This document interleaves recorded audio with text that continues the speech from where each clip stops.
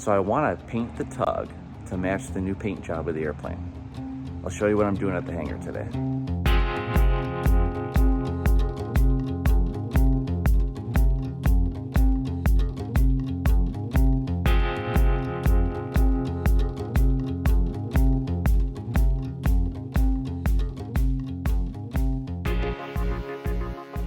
Here we're working on a Best Tugs B5.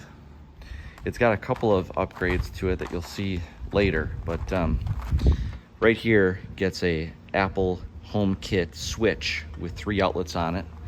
Normally you plug in a charger right here and there's a big transformer that lays on the ground.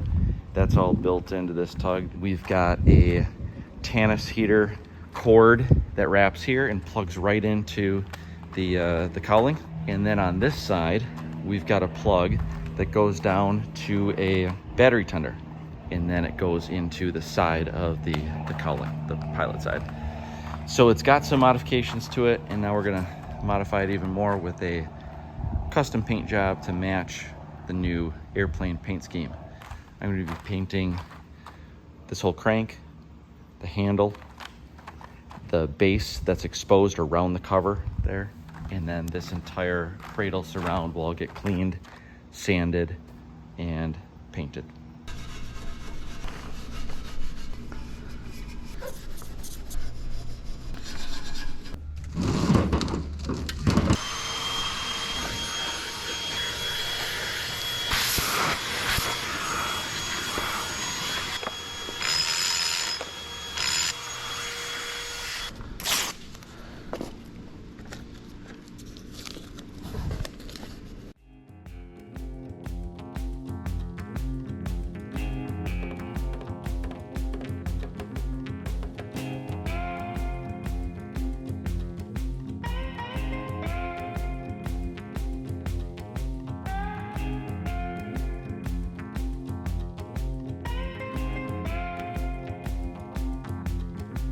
We've got everything prepped, cleaned, protected, and it's ready for spraying. Got this on some nails as a standoff. This guy's all loosened up, ready to go, degreased, everything sanded. I'm gonna start with spraying this one vertically, get every little bit and crevice that I can inside this mechanism, that hinge area, then fold it down, get everything I can, then go back up, back and forth multiple times. She's ready to rock. We're gonna start with 2 really light coats of this black primer on the entire thing, and then we'll do 2 top coats.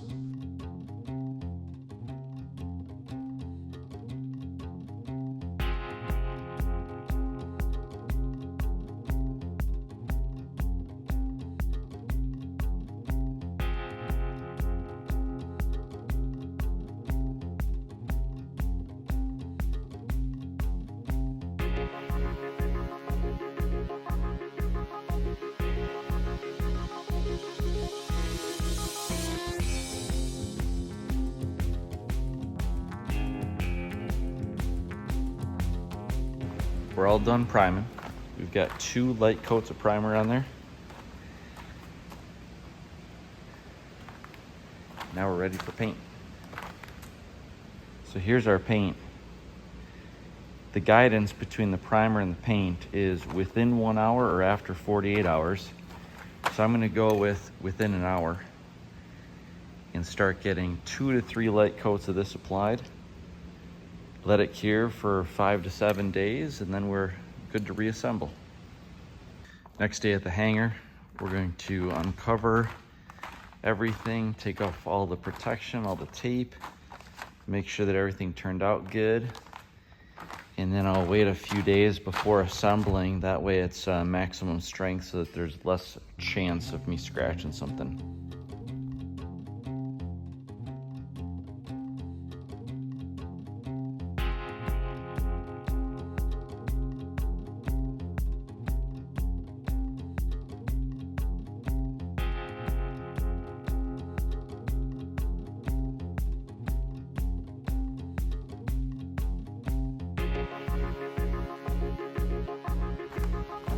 Okay, done with removal of all the protection.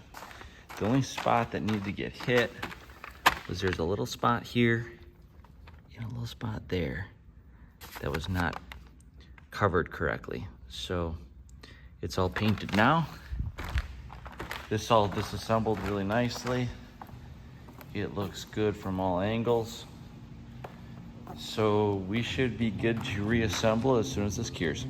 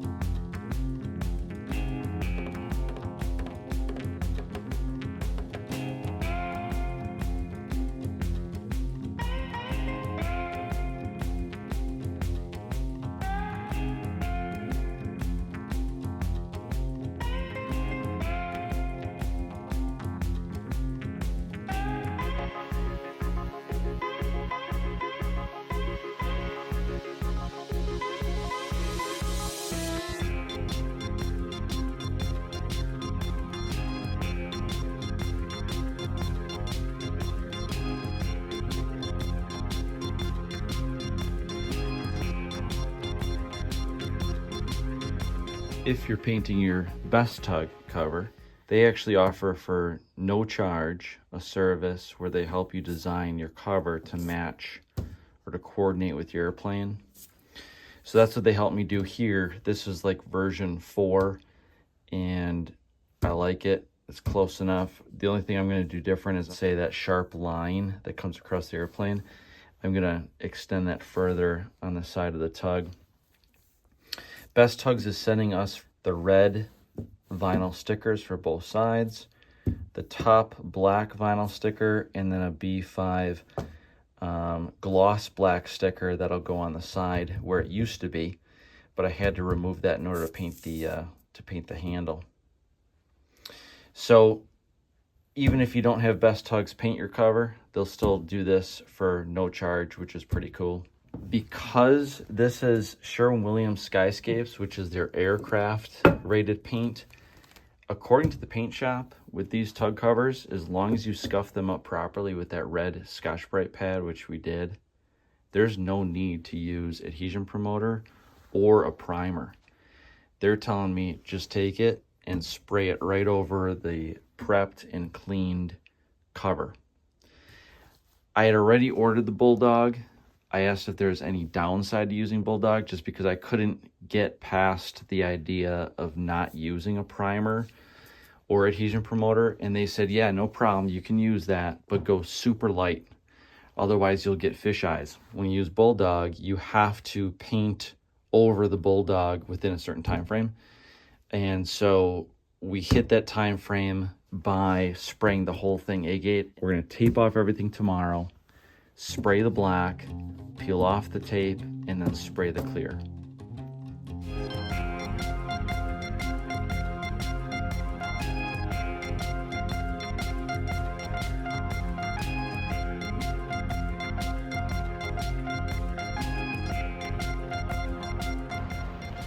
We're all prepped with the red Scotch-Brite pad.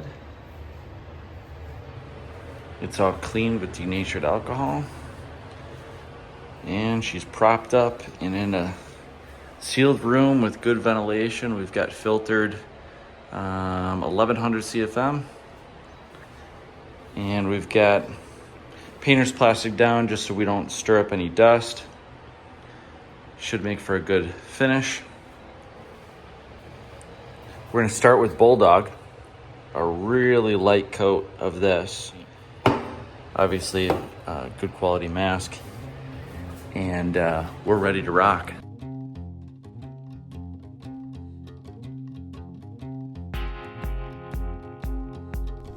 All right, so here's the instructions from Midwest.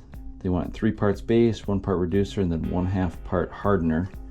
So here's our base, reducer, our hardener. So I'm gonna go with the 3:1:1 because that's the closest one that we can get. And I'm gonna go with maximum just in case, so I make sure that we have enough. So we're gonna go with this line, 3:1, and then to 1/2. So instead of going here, we're gonna go 50% of that. I think that'll be accurate enough. So right there.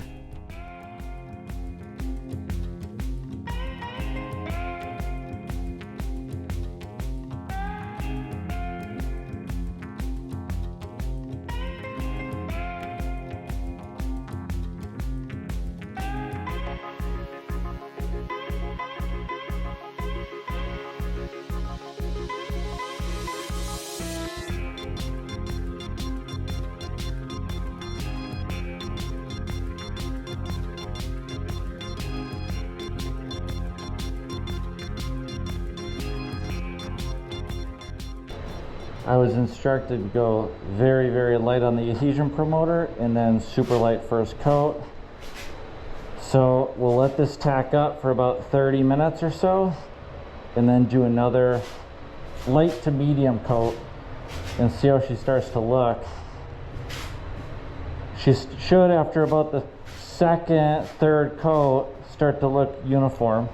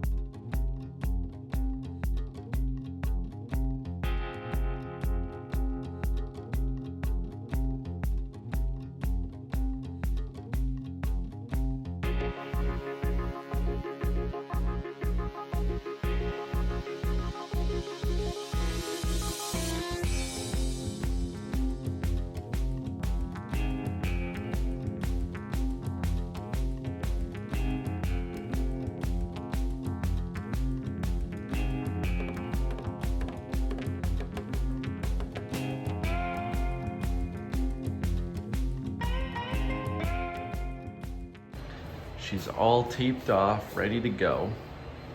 Came up with our design, matched the height and distance of that, height and distance of this, on this side, and this side, so it's consistent from one side to the other. It's all sealed off with yellow frog tape on the main areas, and then the Scotch green fine line tape along the edges. Outside corners, inside corners. These guys are a lot easier than these to lay that down perfect. But yeah, it turned out. This side I did second, and I would say I did the fine line tape in double the time of learning how to use it, or trying to remember how to use it, I should say, because it's been so many years since I've done this. But yeah, it is ready for spray. So what we're gonna do is we're gonna spray one fine coat of this color again to seal in this line, and then we're gonna switch to black. So a fine coat right along the tape edges, and then let that cure about 15 minutes, and then hit black. About 20 minutes later, black. 20 minutes later, black. Peel off the tape, clear, clear, clear.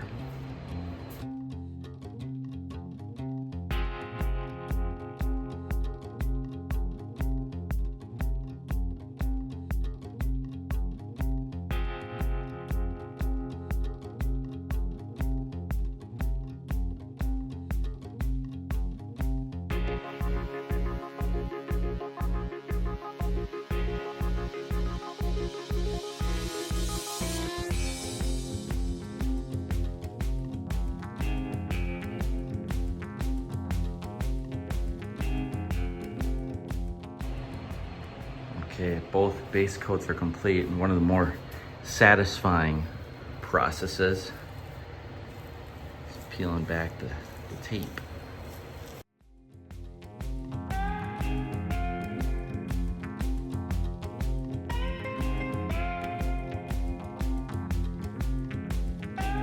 Okay, we got a 2-part clear in a can. This stuff works pretty good. Pair it with the nozzle and it sprays nice. It's easy on your fingers. Okay, so first step is actually keep this on there. Take this tab off the top. I like to shake it up first.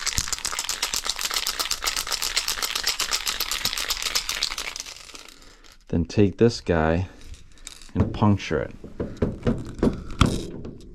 So what you're doing is releasing the hardener or catalyst that's trapped but down here. You're releasing it into the clear coat.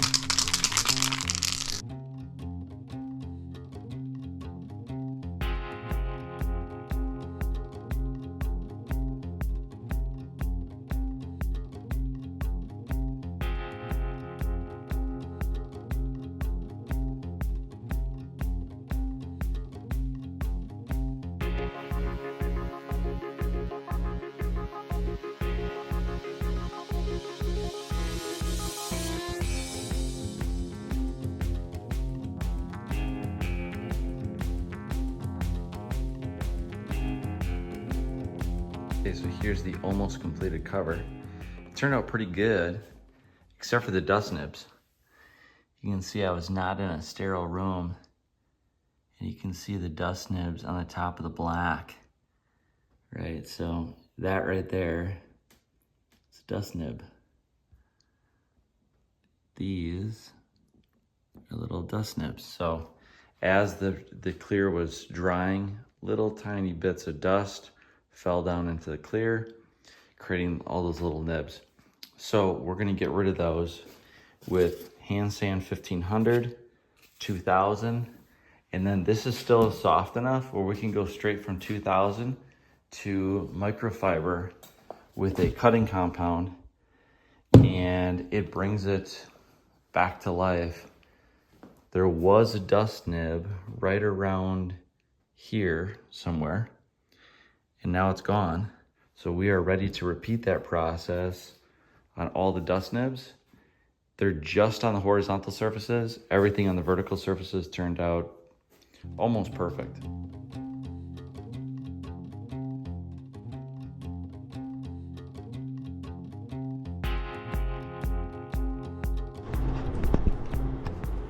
Okay, time to polish out the 1500 with 2000 over the top of that.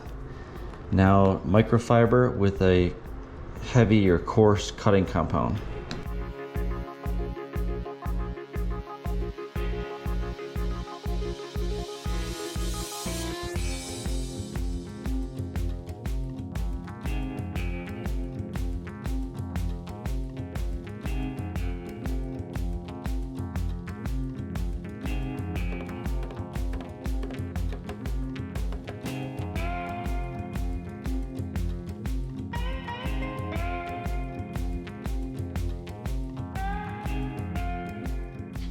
All right, using the photos from before the paint job, we were able to establish from this point to this point what our measurement is. Same for the other side.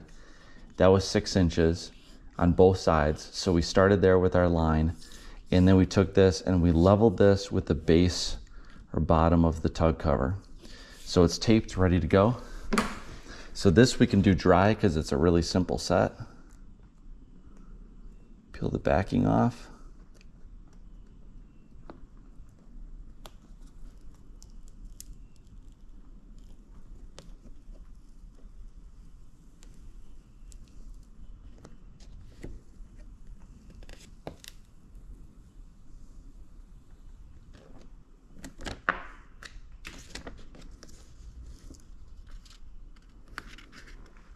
Pull it taut.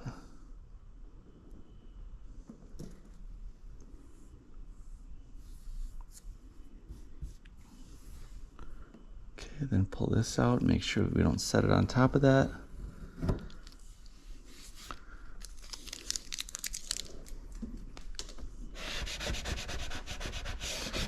And set it.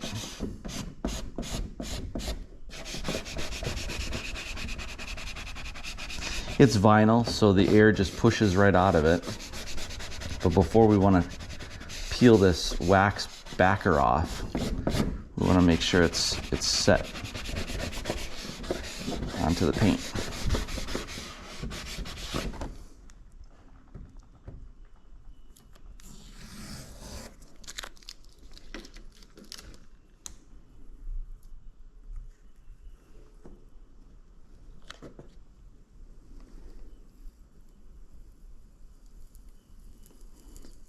Peel at ideally a 180. That reduces the chance of the vinyl pulling up. And that looks pretty good. It's not a car or a plane. We want it to be perfect. There we go. Repeat on the other side, and then we'll install the top one.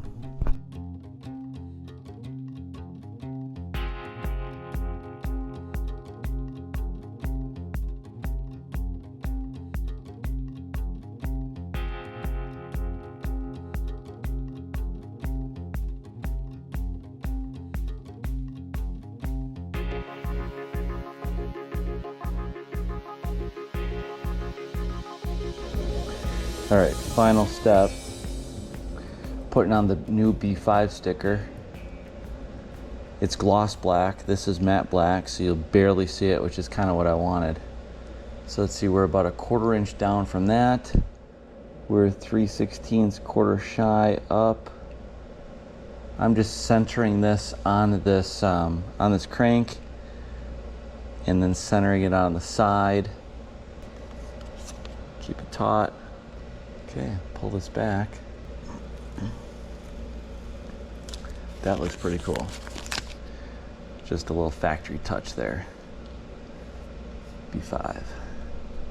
So this is something kind of unique that you could do to your best tug.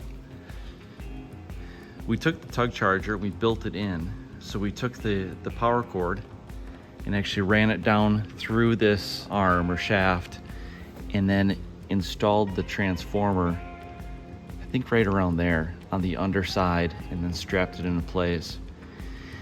And it's all hardwired. That way you don't need to plug in the transformer into what used to be here. There used to be a grommet there, or a prong, I should say. And then the transformer had to sit on the ground within a bunch of cord, and then plug in 120 volts to it.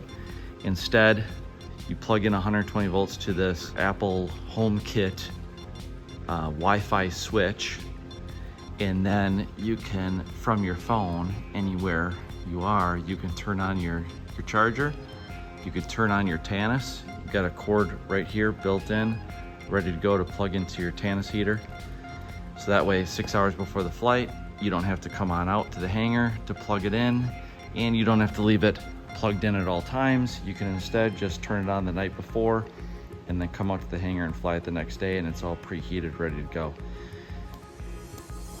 There's a third outlet here, the battery minder. So once every few flights, I plug in a battery minder for the Concorde battery, and that you can turn on from your phone. That just plugs in here and then connects right to the side of the airplane. You've got full control over it. So pretty pleased with how it turned out. It's not stark white like every other tug out there, which would have kind of clashed with the new paint job.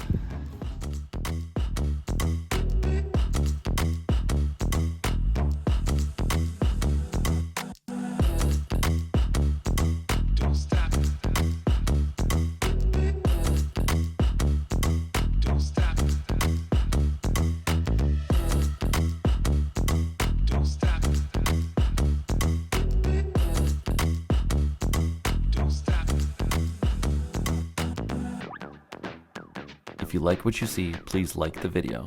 And if you want to see more content like this, subscribe to our channel, Elevate.